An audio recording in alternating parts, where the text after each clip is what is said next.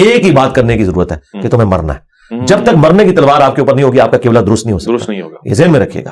یہ جتنے لوگ بھی گمراہیاں پھیلا رہے ہیں اپنی موت کو بھولے ہوئے. موت کو بھولے. جی موت کو. یہودیوں کے لیے قرآن کہہ رہا تھا. جی کہ تمنا کرو موت کی. اچھا میں نزا کی حالت کو ذرا سمجھنا چاہتا ہوں. یہ ایک مزاج ہے اور اسی طرح سے تعارف کروایا جاتا ہے کہ آخری وقت میں نزا کی حالت میں جس نے کلمہ پڑھ لیا بس وہ جنتی ہو گیا ہے. کیا پتہ ایسا ہی ہو. آپ وضاحت فرمائیں جی آخری وقت میں نزا کی حالت میں کلمہ پڑھ لینے سے سارے اعمال پس پردہ چلے جاتے ہیں؟ نہیں اس طرح نہیں ہوگا میرے بھائی. یہ آؤٹ آف کانٹیکسٹ چیزوں کو پیش کرتے ہیں. اس طریقے سے تو بخاری مسلم میں ہے کہ جس نے صدق دل سے گواہی دی لا الہ الا اللہ محمد رسول اللہ وہ جنت میں جائے گا خواہ وہ شراب پیتا ہو چوری کرتا ہو زنا کرتا ہو. تو یہ اس طریقے سے نہیں ہے یعنی اپنے اعمال کا عذاب بھگت کر. یہ اس کے اندر امپلائڈ ہے. کیوں؟ دوسری طرف بخاری میں حدیث ہے کہ میری ساری امت جنت میں جائے گی سوائے اس کے جس نے جنت میں جانے سے انکار کیا.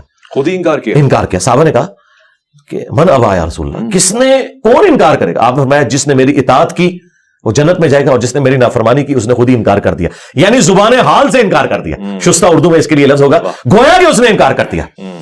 یعنی ویسے تو وہ کہہ رہے ہیں میں نے جنت میں جانا ہے لیکن اس کے کرتوت نہیں جنت میں جانے والے. تو یہ ساری چیزوں کو جمع کر کے ایک رزلٹ نکالا جاتا ہے. نزا کی جو تکلیف ہے وہ مومن نے بھی کاٹنی ہے, منافق نے بھی کاٹنی ہے, کافر نے بھی کاٹنی ہے.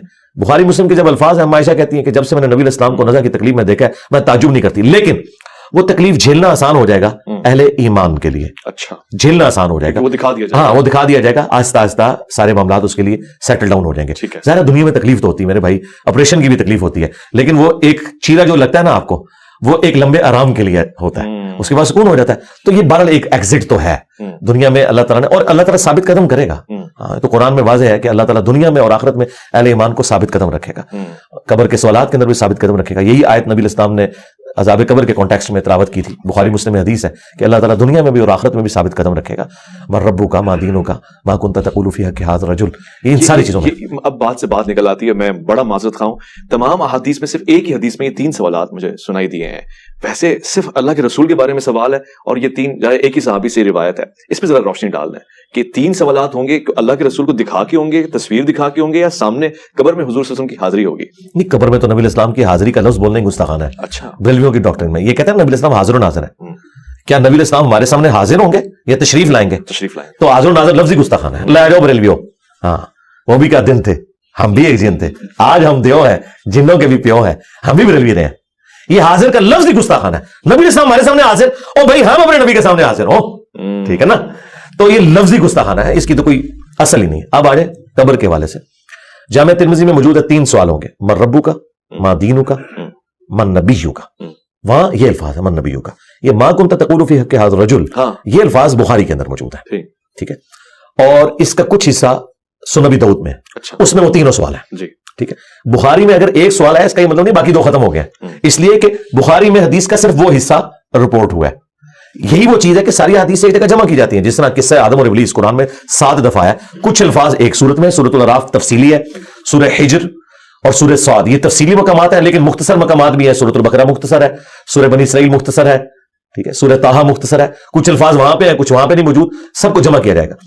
تو یہ 3 سوال جو ہے بیسیکلی 4 سوال ہیں. اچھا, کیفیت آپ بتا رہے تھے کہ جب پوچھا جائے گا اللہ کے رسول کے بارے میں. ہاں وہ میں تو بعد میں پوچھوں گا نا. سب سے پہلے تو پوچھا جائے گا تیرا رب کون. صحیح.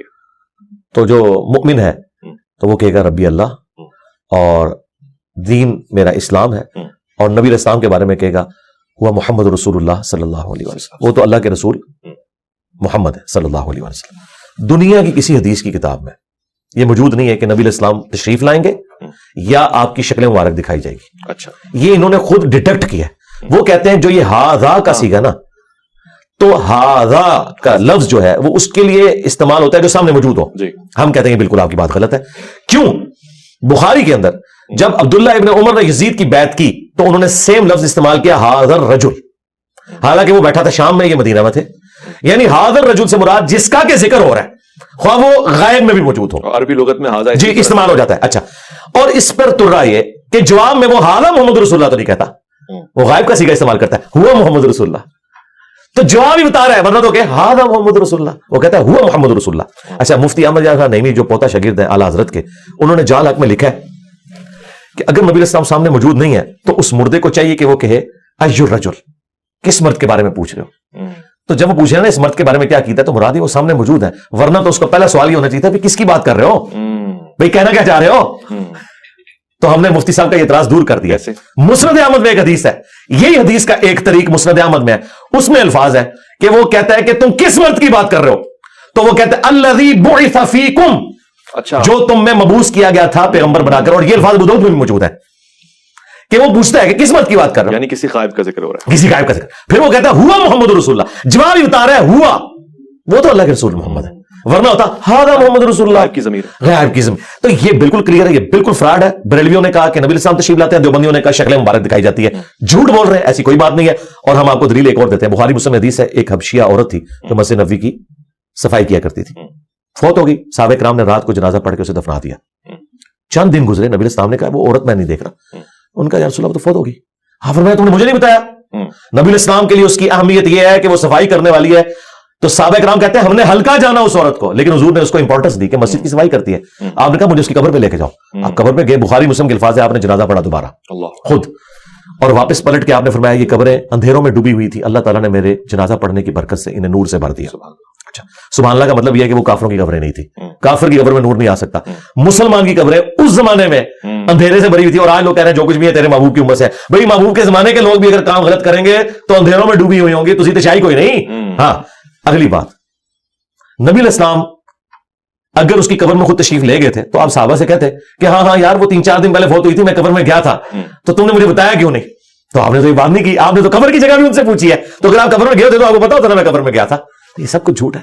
ایون نبی الاسلام جو خواب میں آتے ہیں نا, یہ بھی نبی الاسلام کو نہیں پتا ہوتا میں کسی کے خواب میں کیا ہوں, یہ اللہ تعالیٰ دکھاتا ہے. مثلا آپ میرے خواب میں ہیں تو آپ کو کیا پتا ہوگا؟ یہ ایک اللہ کا ڈپارٹمنٹ ہی الگ ہے. اور نبی میں تو فرق ہے نا جی, جو فرق, ہاں وہ آگے چلے نا, وہ فرق میں آپ کو بتا دیتا ہوں کیا ہے, کہ آپ کی شکل میں شیطان بھی آ سکتا ہے. ہاں, ان کی شکل میں شیطان بھی آ سکتا ہے, لیکن یہ کہنا کہ نبی الاسلام خود آ جاتے ہیں. تو آپ مجھے بتائیں, جو مسند احمد میں حدیث ہے, میں صبح سے کربلا میں اب حسین اس کے ساتھیوں کا خون جمع کر رہا ہوں, تو کیا پریکٹیکلی نبی الاسلام کربلا میں گئے تھے؟ یہ ایک شبیہ ہے, ایک تمثیل کے طور پہ دکھایا جاتا ہے, اس کا اس سے کوئی تعلق نہیں ہے. ورنہ نبی الاسلام کو اللہ تعالیٰ نے بار بار اس تکلیف سے گزارنا ہے کہ آپ علیہ السلام کو لائیو منظر دکھایا جائے کہ آپ یہ دیکھیں یہ ہو رہا ہے. نہیں, یہ امت کی تعلیم کے لیے یہ خواب ابن عباس کو دکھایا گیا کہ نبی الاسلام تکلیف میں ہے حسین ابن علی کی وجہ سے. یہ نہیں کہ نبی الاسلام کو اللہ تعالیٰ نے مجھے بتایا. نبی الاسلام کیا اپنی پوری زندگی امت کا غم کھاتے رہے, اب وفات کے بعد بھی انہوں نے یہ غم کھانا ہے کہ کربلا کے لیے 50 سال بعد انہیں قبر سے نکال کے تو کربلا میں لایا جائے کہ دیکھیں ایک ایک بچے کا لاشا آپ کے سامنے اٹھے. یہ تو انتہائی گستاخانہ عقیدہ ہے. یہ ایک تمثیل ہے جو دکھائی گئی ہے امت کو سمجھانے کے لیے کہ نبی علیہ السلام کا دل دکھا ہے حسین کی شہادت سے, بس. اس کا یہ قتل مقصد نہیں کہ وہاں آپ خود کربلا میں موجود تھے. خواب ایک الگ سے ڈپارٹمنٹ ہے, اس کا کوئی لینا دینا نہیں فزیکل لائف کے ساتھ, وہ ایک ذریعہ ہے غیب کی خبر پہنچانے کا. اس کی ساتھ اچھا, اس سے بھی اگلی پکی لے لیں. قرآن میں ہے کہ حضرت ابراہیم نے کہا کہ اسماعیل میں نے دیکھا میں تمہیں ذبح کر رہا ہوں, جی, تو ذبح تو کو نہیں کیا, خواب دیکھا تھا. خواب دیکھا. اچھا, اور اسماعیل علیہ السلام نے نہیں کہا کہ جی حضرت میں بھی آپ کے خواب میں موجود تھا, میں ذبح ہو رہا تھا, ان کو بھی نہیں پتا. یہ تمثیل ہوتی ہے. وہ تو کہہ رہے ہیں نا کہ خواب منام ہے, خواب ہے, منام ہے, تو یہاں بھی منام کی بات ہو رہی ہے. والی بات میں وہ خواب نہیں کہہ رہے کہ حضور تشریف لاتے ہیں. نہیں, میں بات کر رہا ہوں جو یہ خوابوں میں کہتے ہیں نا کہ نبی اسلام آئے ہیں تو فزیکلی آپ آ گئے ہیں, یا آپ کو بھی پتا ہے, میں اس کی بات کر رہا ہوں. تو ٹاپک ہی لگ ہے نا, وہ تو میں نے آپ کو بتا دیا نا. نبی اسلام نے کیوں نہیں کہا کہ ہاں 3 دن پہلے میں اس کی قبر میں گیا تھا, وہ افشا عورت جو فوت ہوگی, ہاں مجھے پتا چلا, تو نے آپ نے پوچھا وہ کدھر ہے, انہوں نے کہا کہ وہ تو فوت ہوگی, آپ نے کہا مجھے کیوں نہیں بتایا.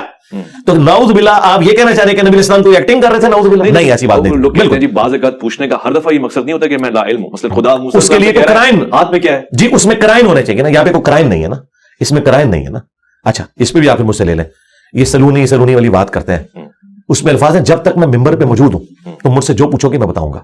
ہمارا یہ عقیدہ ہے کہ نبی الاسلام جتنی دیر ممبر پہ تھے اللہ تعالیٰ کی غیبی تائید تھی کہ اب آپ سے جو بھی سوال پوچھے گا ہم آپ کو اسی وقت اس کا جواب سکھائیں گے تاکہ آپ اپنی نبوت کو اسٹیبلش کریں. صرف ممبر پہ؟ جی ممبر پہ, اس لیے کہ نبی الاسلام نے کہا جب تک میں ممبر پہ موجود. اب آپ پوچھیں گے اس کی دلیل, جی دلیل اس کی ہے, بخاری مسلم حدیث ہے. نبی الاسلام نے کہا جب میں معراج سے واپس آیا تو کافروں نے مجھ سے ایسے ایسے سوالات کیے کہ مجھے ان کے جواب نہیں آتے تھے. یہ الفاظ ہیں بخاری مسلم کے, اور میں اتنا پریشان ہوا کہ اعلان نبوت کے بعد کبھی اتنا پریشان نہیں ہوا تھا کہ میں ان کے سوالوں کے جواب ہی نہیں دے سکتا. وہ کیا پوچھ رہے تھے, بتاؤ بیت المقدس کے کتنے دروازے ہیں, باہر کون سے کلر کا پینٹ ہوا ہے, کتنی سیڑھی ہیں.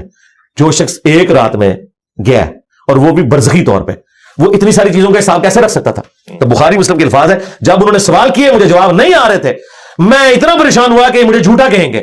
اللہ تعالیٰ نے اسی وقت بیت المقدس کو اٹھا کے میرے سامنے کر دیا. اللہ اکبر. وہ پوچھتے جاتے تھے میں بتاتا جاتا تھا. یہ وہ عقیدہ ہے ہمارا کہ جب اللہ چاہتا ہے نا اس وقت دکھایا جاتا ہے, ہر وقت ہر چیز کا علم. اللہ چاہتا ہوں یعنی اس کی چاہت میں مبنی ہے نا. یہ جو چاہت ہے نا یہ عقیدہ کفر ہے. اچھا جی, اس لیے کہ قرآن میں وَلَا تَقُولُوا عَلَى اللَّهِ إِلَّا الْحَقَّ, اللہ پہ مت کوئی عقیدہ منسوب کرو سوائے اس کے کہ جو حق پر مبنی ہو. میں نے جو عقیدہ منسوخ کیا اس کی میں نے آپ کو پریکٹیکل مثالیں دے دی کہ نبی السلام کو تھوڑی دیر پہلے اپنی نبوت کے بارے میں ہوا کہ یہ جھٹلائیں گے. اللہ نے یہ ساری مثالیں میں نے دی کہ اللہ تعالیٰ وقتی طور پہ وہ چیزیں دکھاتا تھا. اچھا پھر قرآن میں بھی جو سوالات آپ سے پوچھے جاتے تھے اس سے پہلے آپ کو قرآن کہہ رہا ہے کہ اس سے پہلے آپ کو نہیں پتا تھا کہ یوسف علیہ السلام کس طرح مصر پہنچ کے ہم نے جواب دیا. یہ تو ہمارا عقیدہ ہے. یہ ان کا جو عقیدہ ہے کہ ہر وقت ہر چیز کا علم ہوتا ہے اور سب کچھ عطا کر دیا ہے, یہ کس آیت اور حدیث میں لکھا ہوا ہے؟ یہ من گھڑت عقیدہ ہم نے تو اپنے قائد کے دلائل رکھ دیا. اس کے اوپر جذباتی ڈاکٹرن کھڑی کرنا کہ جی آپ فیتا لے کے تو ناپ رہے ہوتے ہیں نبی کے علم کو, نہیں.